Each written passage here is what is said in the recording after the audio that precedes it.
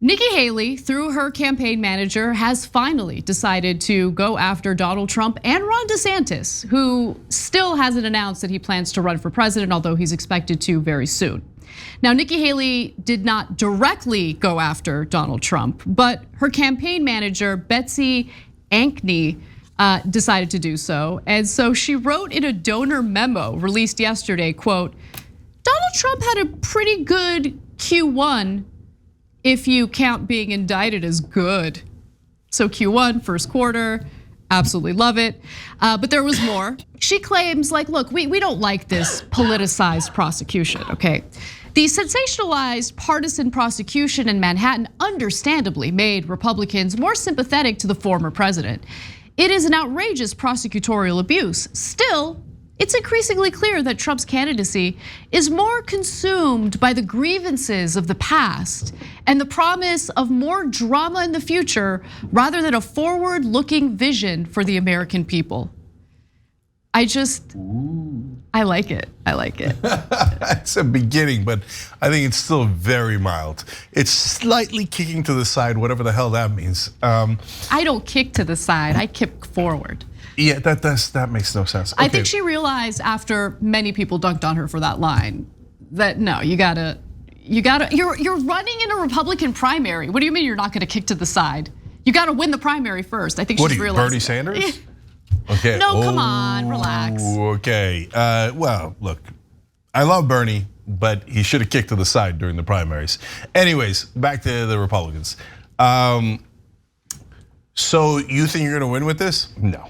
Okay, I like it. It's a good start, but Chris Christie had the better way to go during the week. Did he? Where's Chris Christie now? No.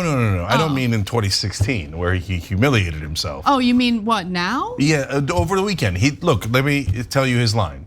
His line was one that I suggested, not to him, but I'm just saying overall. No. The only way to beat Trump is to say, look, this guy lost to Biden. He's like the only Republican who could lose to Biden, who's like 200 years old, right?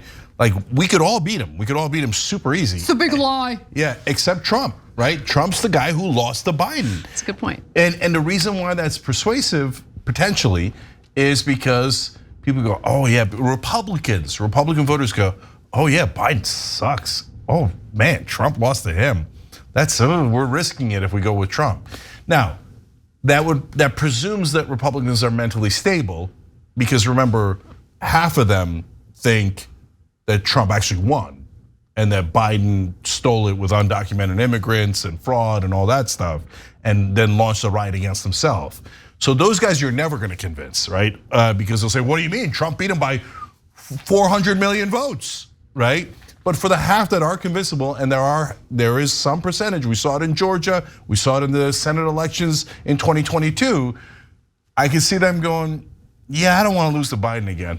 And so that's a much better approach than this, which is like, well, we think that what the Democrats have done to poor Donald Trump is really unacceptable. At the same time, we are slightly perturbed by Donald Trump. Not good enough, weak sauce. But I mean, the whole thing about taking jabs at him over being indicted, that line was pretty good. Yeah. By the way, politically, I am not on team Nikki Haley. Like, of course not. No, but like, we're in this current political climate where you literally have to spell things out because people will just assume like, oh, she said something positive about a campaign strategy that Nikki Haley's campaign is trying out. She must be a right winger, but I'm not. So, but I do like the infighting. It's fun. We should enjoy it. Why should the left be the only group that engages in infighting? Let's see it with the right. Too. But again, I'm actually not completely with you on this, because so I hear you. It's fun. There, I'm 100% with you. But guys, remember, in 2016, the Republicans had a mess of a primary. They fought like crazy, started talking about penis size. It was super fun, yeah. And guess what happened though? They won. They did. Okay, in 2020, the Republicans don't have any messy primary. They have they have their incumbent. Democrats have a messy primary, kind of. But at least it was a loud primary, lots of people in it, lots of press coverage, and guess what happened? The Democrats won. So primaries and messy primaries are actually kind of great because it gets you a better candidate at the end, hopefully, kind of, most of the time. And it gets your message out. It gets your message out from 8 different people or 20 different people at once. And so I wish the Democrats would have a similar primary. So if the establishment tries to shut up everyone on the left, Marianne Williamson or whoever else decides to run going forward, that's a disaster. Everyone should be kicking sideways. So she also went after Ron DeSantis through her campaign manager. Again, Nikki Haley is still trying to keep her powder dry, weirdly. But she writes, Ron DeSantis essentially launched his presidential campaign with a national book tour during this period and made one misstep after another, confirming what many observers have long suspected. He's not ready for prime time. Wow. Yeah, no, I know that you got to work on that a little bit. No, they're so weak. I mean, look at how weak Nikki Haley is. She's sending her campaign spokesperson to do the attacking. Oh, you're gonna let her be president too? Okay. No, you got to do what Trump did in 2016. Get in there and just start punching people in the face. My God, you're a Republican. Republicans love punching people in the face. Like, you're not gonna win that primary with, oh, I had my campaign spokesperson say, kick a little bit sideways and say that Ron DeSantis is not ready for prime time. No, that ain't gonna cut it. So definitely not gonna cut it on the Republican side. Go and start punching people in the face politically and do it yourself, Nikki Haley. Otherwise, okay, I get it. You want labor secretary or transportation secretary. Go ahead and warm that seat up. Now, finally, I don't know why this shocked me. It's just the amount of money that gets thrown around during the election cycles blows my mind. But Nikki Haley raised a lot of money, right? So Trump's former ambassador, that's Nikki Haley, to the United Nations, raised $11 million in the final 6 weeks of the first 2023 quarter. Haley's fundraising haul is more than Donald Trump raised in his first quarter in this race, and more than nearly all the Republican presidential candidates in 2016 raised in their first quarter, her campaign manager wrote, which the comparison to 2016 isn't a good look because, as we have seen, each election cycle usually consists of massive increases of corruption and money being thrown around. So I don't think that says anything. But I do think it is interesting that Nikki Haley raised that much money in one quarter. Like, blows my mind. Yeah, that tells me a couple of things. Number one, Republican donors are really sick of Donald Trump. They're like, I don't know, Nikki Haley's in the race. Let's just give her money, but she can't be Donald Trump. He's too unstable. We need someone stable like Nikki Haley who's just gonna give us the keys to the car, and we're gonna do whatever the hell we want, just like the good old days when corporate Republicans and corporate Democrats won. Now, it's not that Trump would do better with the car. Trump would immediately crash the car, right? And that's part of the reason they're against him. I'm the best driver. Yeah. I drive very well. But the second thing that it tells me is the donors think, oh, she's making it in the cabinet. So even if she loses the presidency, which she almost certainly will, the nomination, hey, look, man, maybe I'm a railroad company and I'm gonna crash all my Derail all my trains and have these giant mushroom clouds. It helps to grease these politicians. I mean, when the companies did it for Buttigieg, when he became transportation secretary, he let him off the hook on everything. And trust me that Nikki Haley will do likewise. But I think that you're really being unfair to Nikki Haley and how fierce a fight she's putting up in this election. Yeah.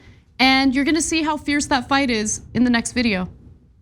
Let me go back to my original question, though, because anybody that is looking or seeking a nomination, you're going to be comparing and contrasting your policy positions, your views, what direction you want to take the country with your competitors. Right now, there's former President Trump is the only other candidate for the nomination. We expect many others, maybe even Mike Pompeo, who was on earlier in the program today. Where do you see, if you see, policy differences beyond what you mentioned, which are generational differences? What specific policy areas would you say part with Donald Trump? What I am saying is I don't kick sideways. I'm kicking forward. Joe Biden is the president. He's the one I'm running against. And what I'm saying is you don't have to be 80 years old to be president. Fierce. So that was from earlier. She's getting more fierce by sending her assistant to the assistant out there to say something. It's the campaign manager. Be fair. Okay. Anyway, I love that clip so much because it's deer meat headlights. Totally. It's not deer meat headlights. It's the look of the look of fear in her face as Hannity is like asking the questions. Like she knows the direction it's going, and she's like, she starts with a smile. Oh, that's watch, and then slowly. Oh no. It's so true. It's so true. Oh no, please stop. Oh, wow. Please stop. Oh God, that's hilarious. The fake smile was already funny to begin with, and then when the fear came into her eyes, it was awesome.